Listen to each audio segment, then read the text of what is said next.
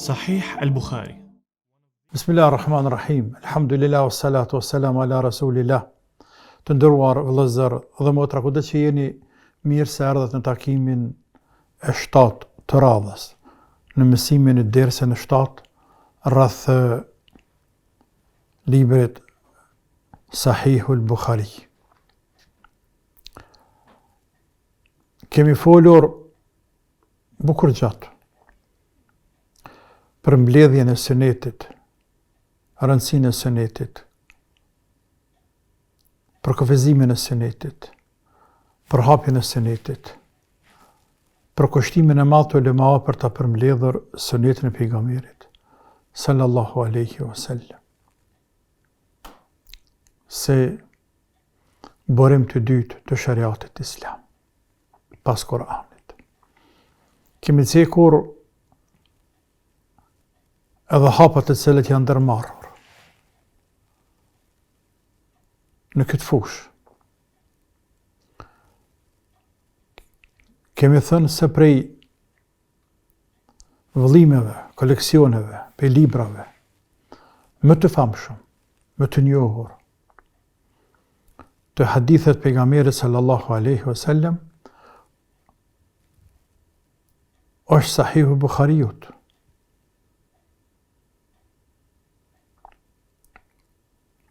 Pastaj Sahih Muslimit, pastaj Suneni Abu Davudit, Suneni Tirmidhiut apo Xhami Tirmidhi, Suneni Nesaiut dhe Suneni Ibn Majahs.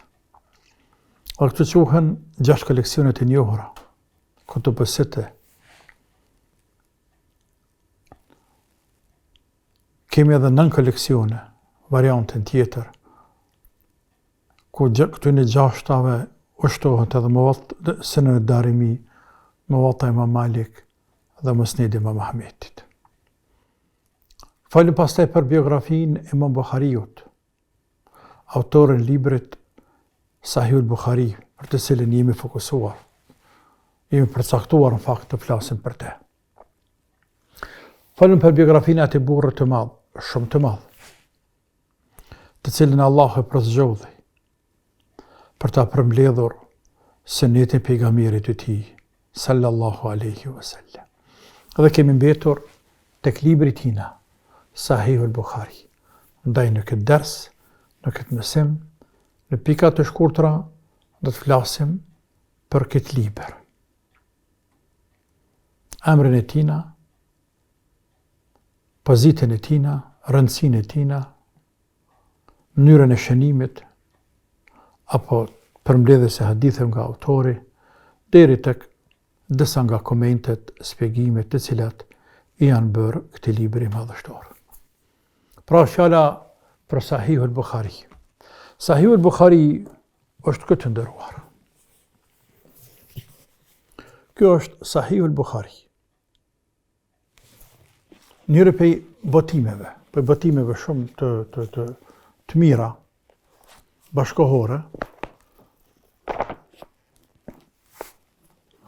Sahihul Bukhari është kë.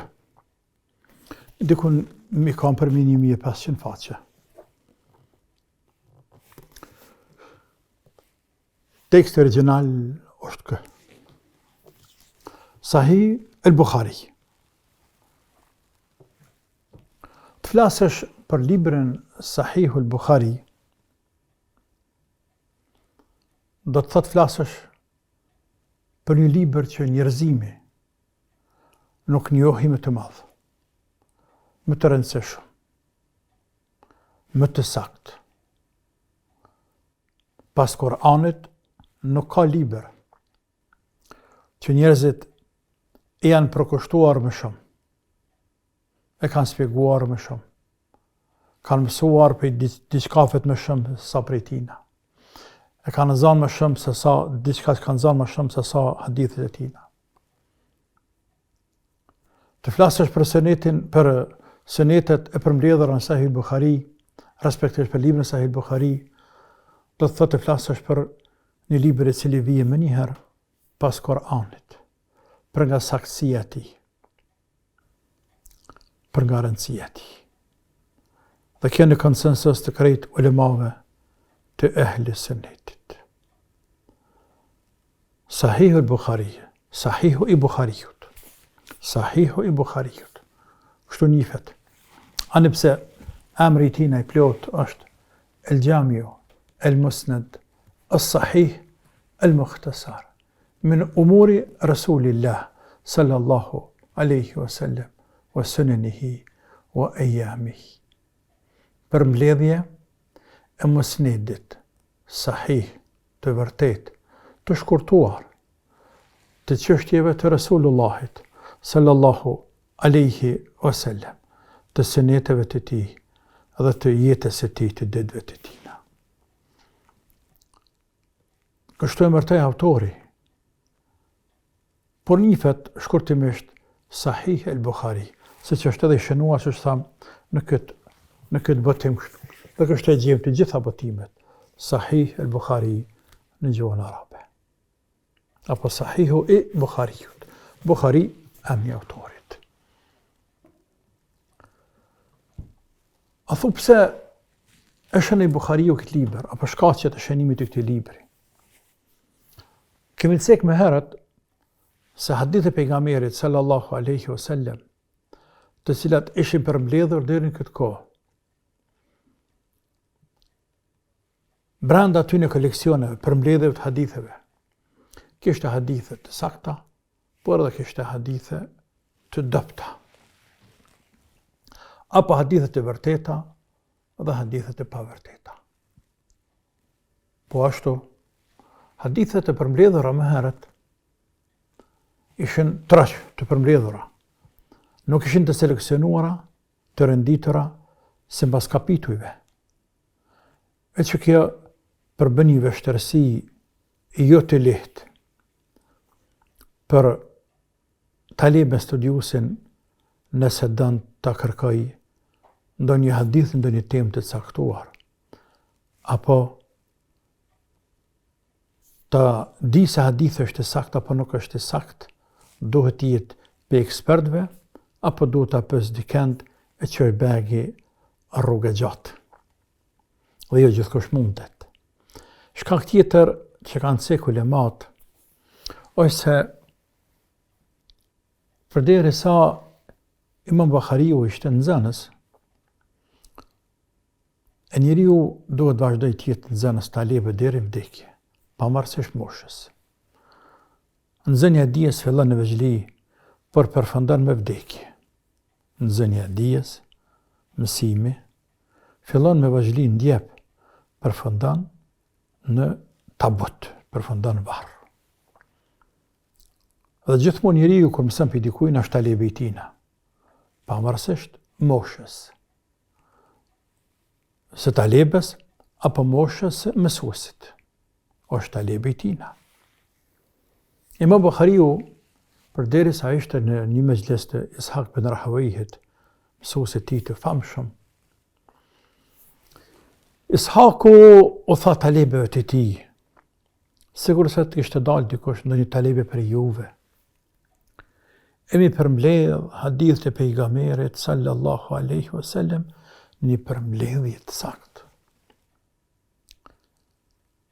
Me e seleksionu hadithet të vërteta për të pavërtetave, të dobtave, tjere, dhe kjo i ra, sikur se i ra, në themi i ra në kry, par i flajtin zemër shumë Imam Bukhariut, dhe ishte një motiv shtys, shtes, për pas ati motive të shkakit par, për të shënuar, për të filluar, së shënuari librin e tij Sahihul Bukhari, apo për mbledhjen e haditheve. Ceket edhe një shkak i tretë.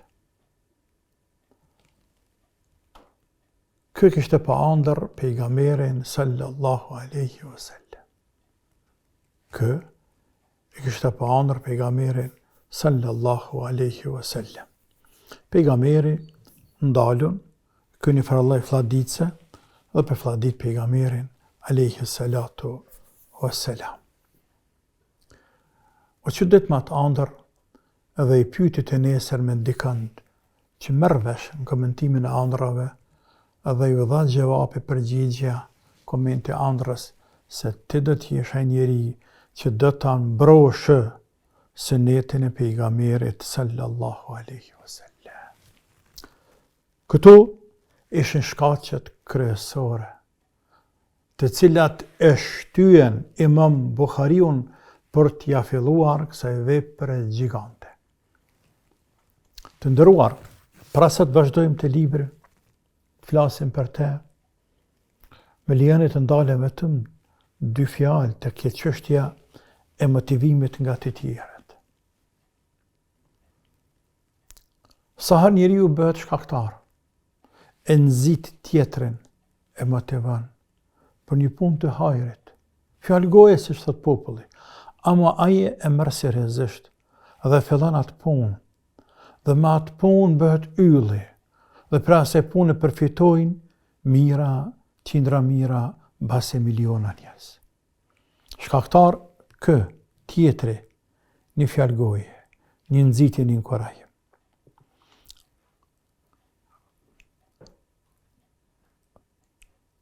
To a them sinqerisht, edhe mua më ka ndodhur kjo. Edhe mua më ka ndodhur. Ma djeni disa libra. Më ka ndodhur për akidet të havije. Më ka ndodhur për fikhun e veprave penale.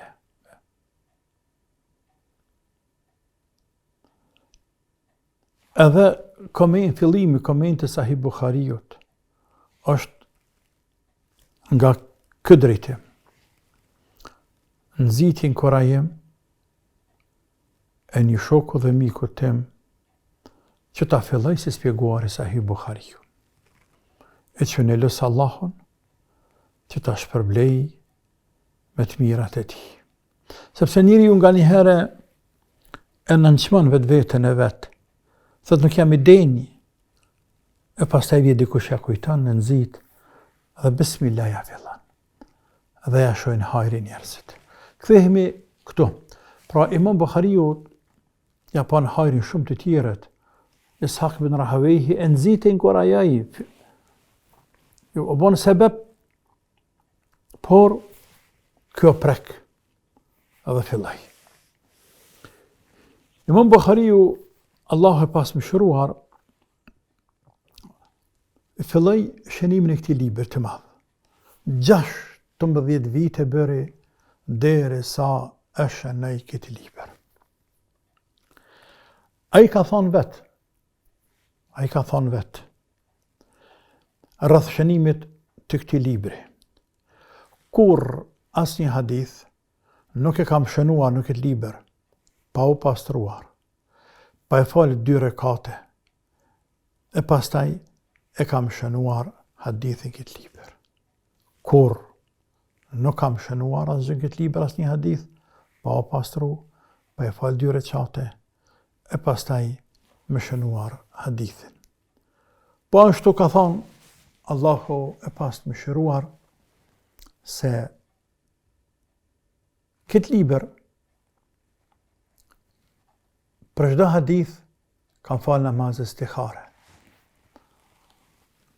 Kam falë 2 rekate. Dhe nuk e kam shënuar pa qenë i sigurt se hadithi është i saktë.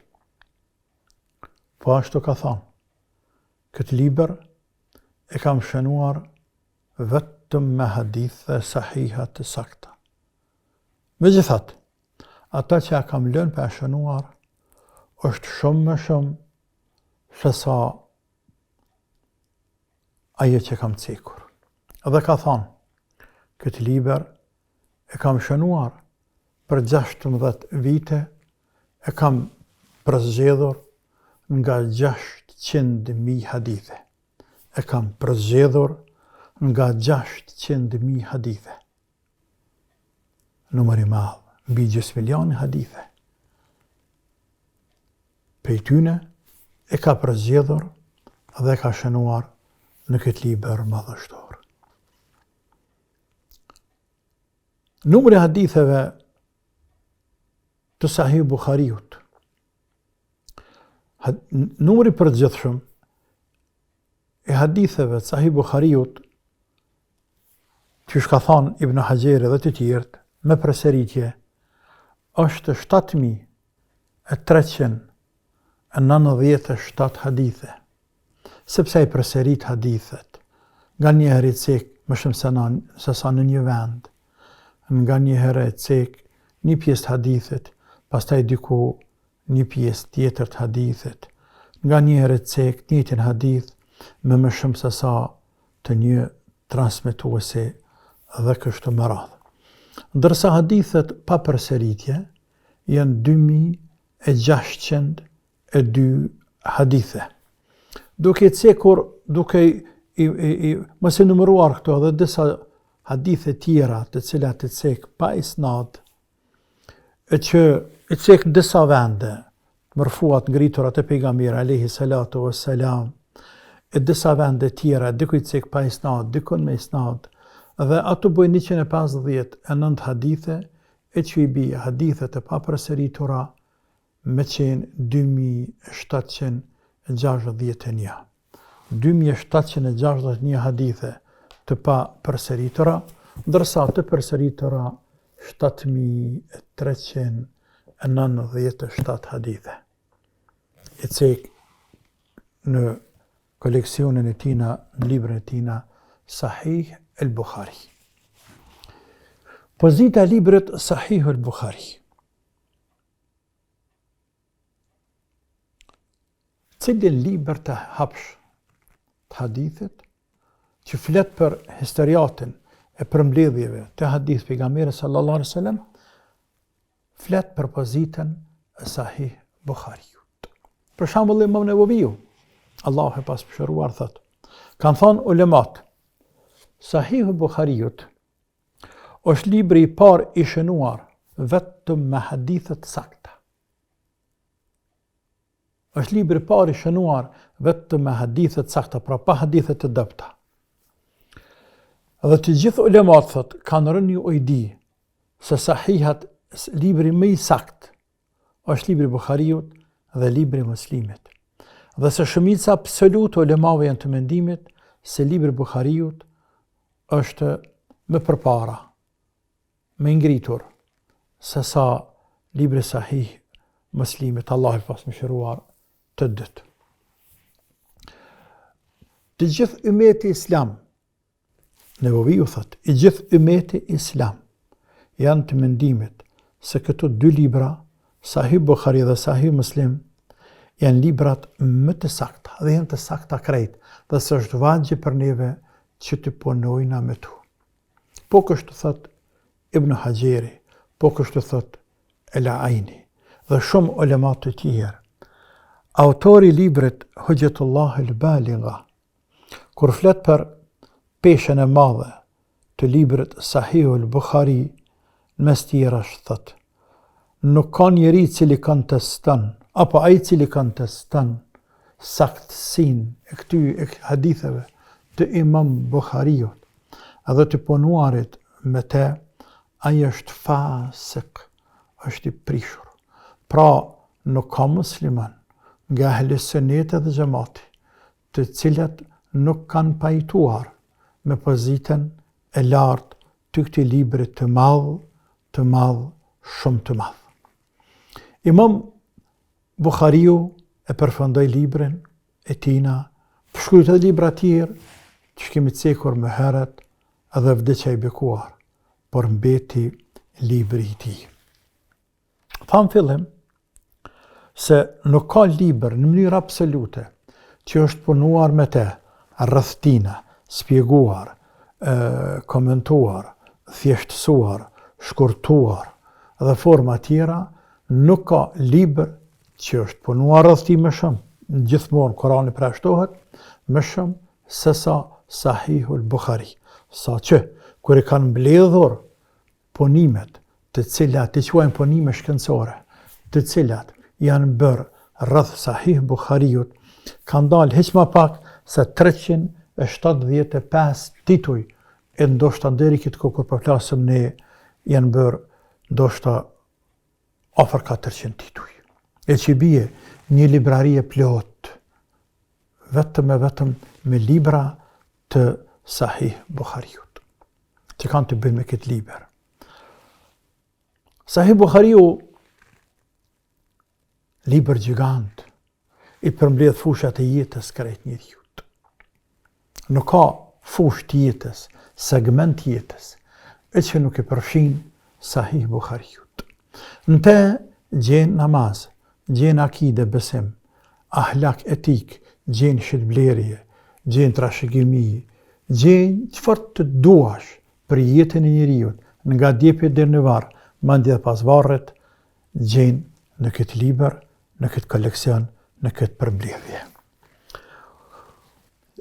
Nëse shkojmë dhe flasim për komentet, thamë 375 tituj që kanë numëruar, dhe ata sigurisht janë shtuar dhe vazhdojnë të shtohen edhe më tej, që janë dedikuar këtij libri të madh, është e pamundur të numërojmë të gjithë, por ndër komentimet, shpjegimet, të cilat janë bërë këtij libri të madh, apo këtij koleksioni të madh të hadith pejgamberit sallallahu alaihi wasallam, është Sharh Ibn al-Battal, komenti nga Ibn Battali, Allah e pasqyruar, Sharh Ibn Hazm, Sharh Ibn al-Arabi, ulemat më dhe i gjigant, pastaj komenti apo sharhi e Ibn Hajar el-Asqalani, që quhet Fathul Bari, e që është botuar në disa vëllime, por ndërtot është 13 vëllime, atë që kam unë, edhe që është komenti më i gjerë dhe më gjithë përfshirës